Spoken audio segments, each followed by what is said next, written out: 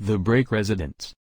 The Break Residence, which was constructed on Lake Revdor's shore in the Laurentians, has various facades depending on whether it is viewed from above or below water. This opulent home, which embodies the concept of home, helps to realize a man's desire to erect his last home on his ancestors' property. This large house spreads out over 3 stories and acts as a hub of activity for the little neighborhood made up of the few nearby homes. A dual-faced house. A new house had to be built in its stead because of the ambitious program and the lot's unusually small dimensions. The house has a number of interconnecting volumes that look like a succession of boulders on the street side. Only 2 levels are visible due to the topography's slope from the street, concealing the garden level that leads to the lake on the other side. A double-story canopy that has been carved out between these rock-like volumes covers the sculpture-like main entrance. As the center of the house, it fosters a cozy and welcoming atmosphere. The openings highlight the communal nature of the place by exposing the residents' circulation and meeting areas. The house beside the lake has a quite different vibe. It is outgoing and open. The home appears to spread its sails into the wind with its enlarged roof overhangs and angled soffits golden accents, which reflect the motion and ripples of the lake below. Its beauty is served by raw materials. Common comfort rule as soon as one walks inside the residence. The home has a distinguished and meditative character and is open to the lake and light throughout the day. This tranquility is a result of the interior architecture's use of materials with a mineral composition. An anchoring feature for the house is a stone wall that stands like a mast in the center of the building. It accommodates 3 fireplaces and unifies 3 different floors in part by acting as a space barrier and in part by acting as a unifying architectural element. This wall, which is present both inside and outside, uses the same language as the soffits, transposing the character of the interior and exterior. As a result, the project gains cohesion and strength from these fluid and beautiful moves. Each material was chosen with consideration and care. The warmth of the oak and maple furniture, the maple flooring, the Western Canadian hemlock ceiling, and the expressive veining of the quartzite, whose lines evoke the color of water, all support timeless architecture, where the patina of both stone and wood are the foundation on which the house stands, will grow old and gain beauty. Space and elegance are used to serve hospitality in this situation. Each floor features a service area, a coffee station, and a bar and is reachable by elevator. Each room also has a balcony and its own bathroom. Small contemplative salons and boudoirs are dotted around the house where guests can unwind, take in the tranquility of the surroundings, and take in the beautiful views. The home is a tribute to hospitality, generosity, comfort, and the beauty of nature and its elements, much like the rock upon which one drops an anchor.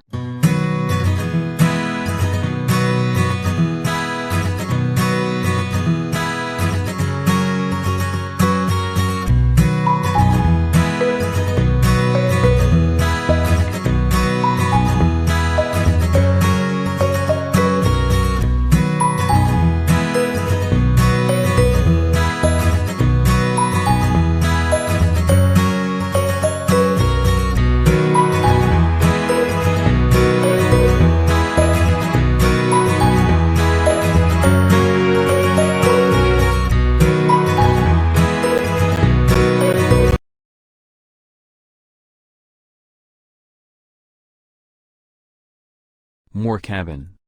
The typical North American cottage is romanticized as a log cabin in the woods. However, typical cottages are simply updated suburban homes with a more rustic front. These structures uphold the fallacy that blending in with the landscape results in less environmental effect. By creating a separation from the landscape that is more sustainably built than other cottages, the M.O.R.E. cabin subverts this concept.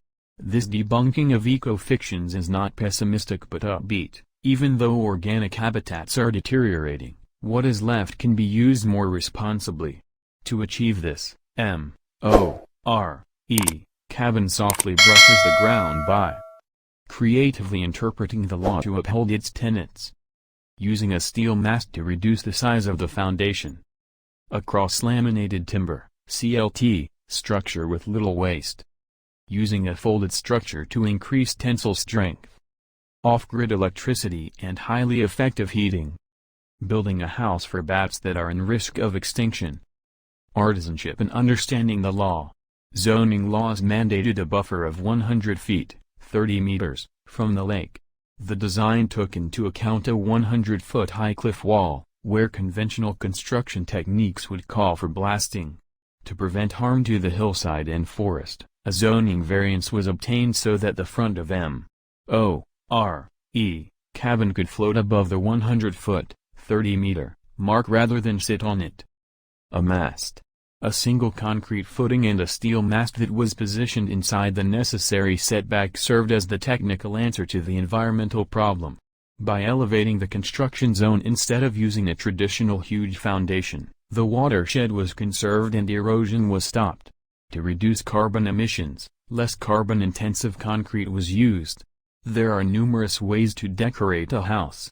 M.O.R.E.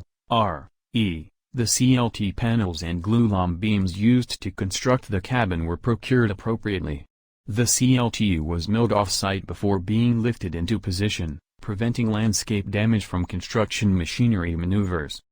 More. Cabin as beam. Environmental issues in the cabin led to innovative structural design. Due to the fact that CLT is primarily used in vertical/compressive portions rather than horizontally in tension, our task was to establish a structural strategy using cantilevered CLT panels. For larger spans, conventional 5-ply CLT is too heavy to maintain itself.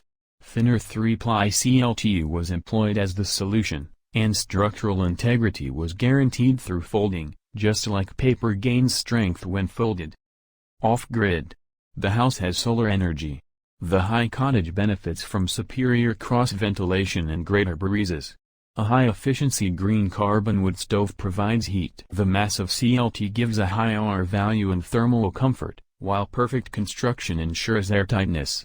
Inviting the neighbors over. The home's large housing for endangered brown bats was one of its main objectives. M.O.R.E. stands for the client's grandmothers, all of whom did more with less, and did it gracefully. Bat pods were integrated into the mast to provide safety from ascending predators and a clear flight path to the lake.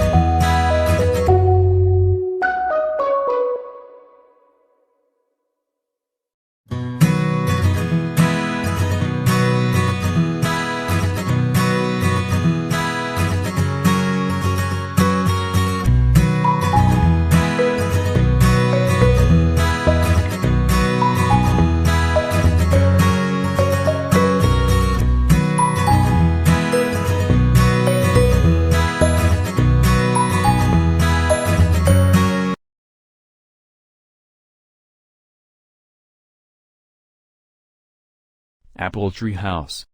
The urban family sought a contemporary home that would increase their communion with nature, both internally and externally, and serve as a tranquil getaway for family members to reconnect with one another and also enjoy lonely periods.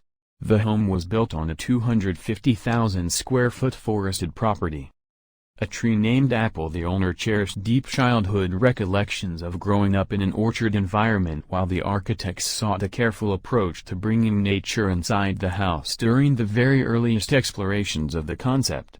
The apple tree served as a reminder of his early experiences with nature as a child, as well as the persistence of that connection years later when he was collecting apples with his own children, continuing a long-standing custom of spending quality time with the family in the company of nature.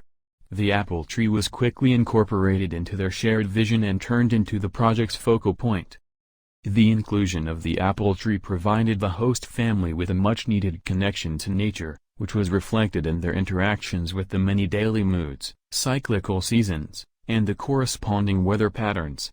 The parents and kids both learned how to take care of an apple tree by watching it develop, pruning its branches, treating any dangerous diseases early on, and enjoying the tree's beautiful blossoms and fruit production. Because of this connection, the house's surroundings are much more than merely a display of inert beauty. It has integrated itself into family life and raises awareness of nature's vulnerability and importance to the earth. It acts as a tangible illustration of how people may and must relearn the foundations of interacting with nature. Wood and glass boxes that are connected.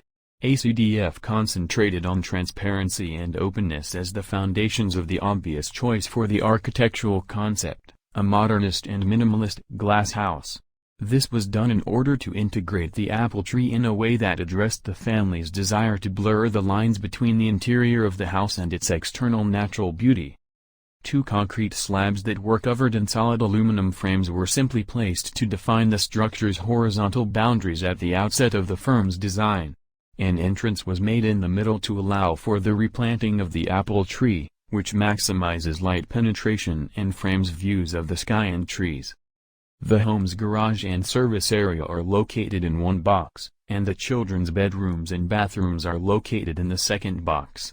The master suite, which consists of a bedroom, a separate living area, and a bathroom, is framed by the third box. While maintaining visible linkages to both the outside environment and the interior areas of the house across an open center courtyard where the apple tree is located, each of the individual boxes offers a comfortable, private retreat from the public atmosphere of the home's main living room. The home's garage and service area are located in one box, and the children's bedrooms and bathrooms are located in the second box. The master suite, which consists of a bedroom, a separate living area, and a bathroom, is framed by the third box. While maintaining visible linkages to both the outside environment and the interior areas of the house across an open center courtyard where the apple tree is located, each of the individual boxes offers a comfortable, private retreat from the public atmosphere of the home's main living room. Logical relationships. The application of many layers of a composition that transition from the exterior to the interior allows for connections with the outdoors. Large, almost institutional-looking concrete blocks establish a clear route of steps leading up to the main door as one approaches the house laterally, next to the box containing the garage. The same experience entry point within the house should be reached by both the front door and the garage, according to the team that designed both entries. The internal lobby is visible through layers of glass as you approach the main entrance. A covered porch at the back of the house frames exterior views of the forest through openings in the home's center. The family tree, which flourishes in its natural environment, is displayed in a tiny, wind-protected open courtyard in the center of the main structure, on the inside side of the covered porch.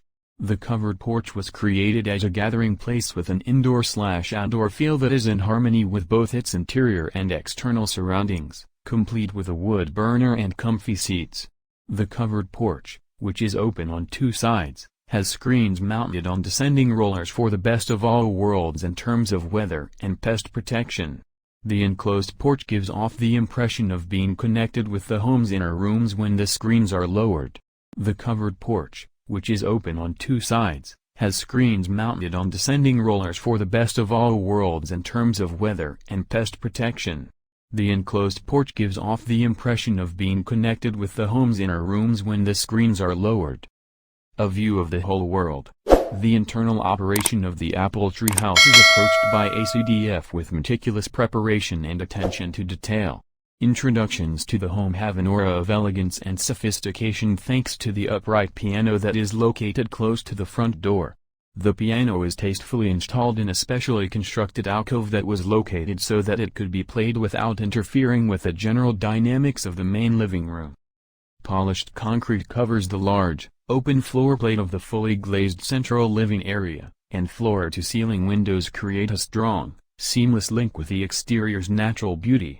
The ceiling was covered in hardwood planks with half-inch gaps between them by ACDF in order to combat the echo that excessive glazing can occasionally invite. The company placed a black fabric on the bottom of the boards to ensure the open space's acoustic harmony while also helping to capture resonance. A big living room, a dining area, and a kitchen are all included in the open floor plate. Lambert et Fils, a supplier with headquarters in Montreal, has integrated their cutting-edge lighting solutions into multiple ACDF projects. The large area resembles a moving piece of art. The stylish, simply furnished room's sole decorative addition is a hanging focus fireplace produced in France. The beauty of nature, as it changes over the 4 seasons and is framed by the complete transparency of the apple tree house's glass walls, is the main focus of the artwork. Furniture was carefully chosen for its neutrality to preserve that balance, including an Italian-made, solid wood dining table with clean lines and complementary clear and black wood finishes. The living area's comfy seating is completed by Quebec-designed furniture, whose light gray, pink, and green upholstery tones add subtly colored accents to the room. Then, 3 distinct wooden boxes were positioned between the horizontal planes, each with a small protrusion and serving a particular purpose. The box's layout was clear, and ACDF pushed, pulled, and bent them in order for them to exactly serve their designated functions.